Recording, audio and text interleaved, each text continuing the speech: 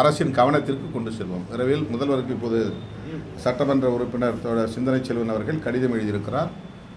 அதை முதல்வரின் கவனத்திற்கு கொண்டு சென்று இங்கே பாதிப்படைந்த மக்களுக்கு வழங்க வேண்டும். ஏற்கனவே நான் நம்முடைய அமைச்சரிடத்திலும் மாண்புமிகு MRK பன்னீர்செல்வம் அவரிடத்திலே தொலைபேசியில் இதை பற்றி பேசியிருக்கிறோம். அவர் மூலமாகவும் முதல்வரின் கவனத்திற்கு இதை கொண்டு செல்வோம். கொத்தட்டை 37,500 ரூபாய் அறிவிச்சிருக்காங்க, ஆடுக்கு 44,000 ரூபாய் அறிவிச்சிருக்காங்க. இதுக்கு ஆட்டுக்கறியே 1000 ரூபாய்க்கு இது எப்படி பார்க்குறீங்க? நிவாரணம் போதுமானதாக இல்லை, அறிவிக்கப்பட்ட நிவாரணம் இந்த 2000 போதவில்லை என்பது எங்களுடைய கோரிக்கை. 5000 ரூபாய் வெள்ளம் புகுந்து பாதிப்படைந்த மக்களுக்கு இதர சேதங்கள் இல்லாமல் 5000 தர வேண்டும் என்பதே ஒரு அரசாணையாக இருக்கிறது. ஆகவே அந்த அரசாணையை பின்பற்றி அனைவருக்கும் 5000 வழங்க வேண்டும் என்பது எங்களுடைய கோரிக்கை. கொத்தட்டை பைபாஸில் வந்து ஆர்ப்பாட்டம் சுங்க கட்டணத்தை உயர்த்துகிற போது தமிழ்நாடு அரசோடு அவர்கள் கலந்து பேசி அதன் அடிப்படையில் முடிவு செய்ய வேண்டும். ஏற்கனவே இந்த சுங்கச்சாவடிகளை எல்லாம் மூட வேண்டும் என்று நாடாளுமன்றத்திலே விடுதலை சிறுத்தைகள் கட்சியின் சார்பில் நாங்கள் வலியுறுத்தி இருக்கிறோம். அப்போது பதிலளித்த மத்திய அமைச்சர் அவர்கள் விரைவில் அந்த நடவடிக்கைகள் மேற்கொள்வோம் என்று உறுதியளித்தார். ஆனால் அவ்வாறு இல்லாமல் எல்லா இடங்களிலும் காலாவதியான சுங்கச்சாவடிகள் கூட இன்னும் கட்டணத்தை வசூலித்து கொண்டிருப்பது வேதனை அளிக்கிறது. இப்போது கடலூர் மாவட்டம் கொத்தட்டை அருகே திடுமென பல மடங்கு சுங்க கட்டணத்தை உயர்த்தியிருப்பது அதிர்ச்சி அளிக்கிறது. அந்த சுங்க கட்டண உயர்வை ரத்து செய்ய வேண்டும். கட்டண உயர்வு செய்ய வேண்டும் என்கிற கட்டாயம் இருந்தால் மக்களோடும் அரசாங்கத்தோடும் பேச்சுவார்த்தை நடத்தி அதன் அடிப்படையில் அதை தீர்மானிக்க வேண்டும் என்று வலியுறுத்தும். போதை ஒழிப்பு மாநாடு நடத்துகிற நிலப்பாடு கட்சியில் மறுசீரமைப்பு நடவடிக்கையை மேற்கொண்டு வருகிறோம். இது முடிந்த பிறகு ஒன்றிய வாரியாக மகளிர் குழுக்களை, மது ஒழிப்புக்கான மகளிர் குழுக்களை அமைக்க திட்டமிட்டிருக்கிறோம். ஒரு தொடர் விழிப்புணர்வு பிரச்சாரத்தின் மூலம்தான் இதை ஒரு கட்டுக்குள்ளே கொண்டு வர முடியும். மது மற்றும் போதைப்பொருள் ஒழிப்பு என்பது ஒரு மாநிலத்திற்கான பிரச்சனையாக நாங்கள் பார்க்கவில்லை. இது ஒரு தேசிய அளவிலான பிரச்சனை. அனைத்து ஜனநாயக சக்திகளும் ஒருங்கிணைந்து இந்திய அளவிலும் இதை ஒரு போராட்ட வடிவமாக மாற்ற வேண்டும் என்பது எங்களுடைய நோக்கம். எனவே எங்களுக்கு தொடர்புள்ள தென்னிந்திய மாநிலங்களிலும் இது தொடர்பான விழிப்புணர்வை ஏற்படுத்தக்கூடிய வகையில் சில செயல் திட்டங்களை வரையறுத்திருக்கிறோம். ஆகவே இதை தொடர்ந்து நாங்கள் மேற்கொள்வோம். சார், கடந்த ஆண்டுகளை போல் இல்லாமல் வந்து விசிகா வந்து தற்போது வலிமையாக இருப்பதாகவும் அதே போல் மாநில அந்தஸ்து பெற்றிருப்பதாகவும், ஆனால் தற்போது திமுக கூட்டணியில் வந்து வருகின்ற திமுக கூட்டணியில் வந்து 25 இடங்கள் வந்து கேட்க போகிறதா வந்து உங்களுடைய கட்சியுடைய பொதுச் செயலாளர் சொல்லியிருக்காரு. அவர் தனிப்பட்ட ஒரு சுதந்திரத்தின் அடிப்படையில் ஒரு கருத்தை சொல்லியிருக்கிறார்.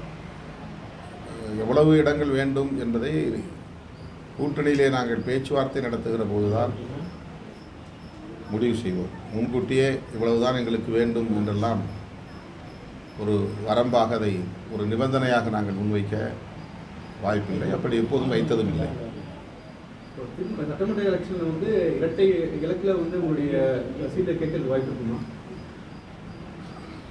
ஏற்கனவே எங்களுக்கு வந்து 10 தொகுதி கொடுத்துருக்குறாங்க. அது இரட்டை இலக்கம்தான். 12 தொகுதி வரையில் நாங்கள் 2011 பேசி தவிர்க்க முடியாத காரணங்களால் அதை 10 என்கிற அளவிலே இறுதி செய்தோம். ஆகவே எங்களுடைய எண்ணிக்கையை பெருக்க வேண்டும், கூடுதலான இடங்களில் போட்டியிட வேண்டும் என்று விரும்புவது இயல்பான ஒன்றுதான். கூட்டணியில் பல கட்சிகள் இருக்கின்ற போது அவற்றையெல்லாம் அனுசரித்து எங்கள் முடிவை நாங்கள் மேற்கொள்வோம். தமிழகம் முழுவதும் வந்து ஒயின் ஷாப்புக்கு ஒரு டைம் வச்சு தான் போயிட்டுருக்கு. காலையில் வந்து 12 மணிக்கு ஆரம்பித்து நைட்டு 10 மணிக்குன்ற போது பல இடத்துல வந்து தொடர்ந்து 24 மணி நேரம் விற்பனை நடக்கிறதா சொல்கிறாங்க. இது தமிழக முதல்வர்கிட்ட நீங்கள் சொல்லி ஏதோ அழுத்தம் தெரிவிப்பீங்களா? தேர்தல் குழுன்னு சொல்லிட்டு ஈஸியாக நியமனம் பண்ணுறதில்ல. இந்த மது மற்றும் போதைப்பொருள் ஒழிப்பு சம்பந்தமாக ஏற்கனவே நாங்கள் முதல்வரிடத்தில் பேசியிருக்கிறோம். மறுபடியும் நாங்கள் அவரை சந்திக்கிற போது நிச்சயமாக அதை வலியுறுத்துவோம். முதல்ல படிப்படியாக தான் இதை செய்ய முடியும். படிப்படியாக சில கடைகளை மூட வேண்டும் என்பது எங்கள் கோரிக்கை. அதேபோல் விற்பனை நேரத்தையும் குறைக்க வேண்டும் என்பது எங்கள் கோரிக்கை. இப்படி தான் அந்த மது ஒழிப்புக்கான செயல் திட்டத்தை அரசுக்கு நாங்கள் முன்வைக்கிறோம், தொடர்ந்து வலியுறுத்துவோம். இந்த போதை ஒழிப்பை பற்றி மத்திய அரசுக்கு நீங்கள் ஏதோ அழுத்தம் கொடுத்துருக்கீங்களா சார்? இனிமேல் தான் அடுத்த செஷனில் அதை பற்றி பேசுவோம். தமிழக ஆளுநர் அவர்களின் தலையீடு என்பது ஆட்சி நிர்வாக முறைக்கு முட்டுக்கட்டை போடுவதாக இருக்கிறது. இதற்கு முன்பு இருந்த எந்த ஆளுநரும் மாநில அரசுக்கு பெரிய நெருக்கடியை ஏற்படுத்தும் வகையில் எந்த முடிவையும் மேற்கொண்டதில்லை.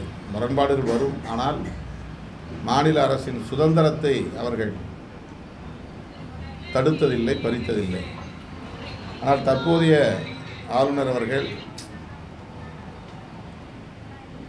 ஒரு ஆர்எஸ்எஸ்காரரை போலவே தொடர்ந்து செயல்பட்டு வருகிறார்.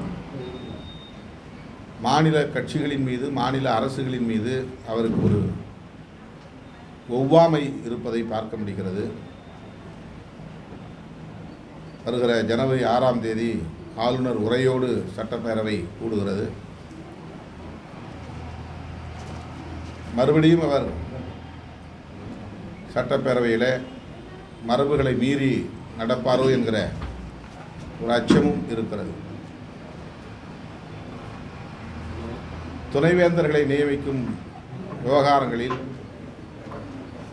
மாநில அரசுக்கு எந்த அதிகாரமும் இல்லை என்கிற நிலையை இந்த ஆளுநர் உருவாக்கியிருக்கிறார். அவருடைய விருப்பம் போல்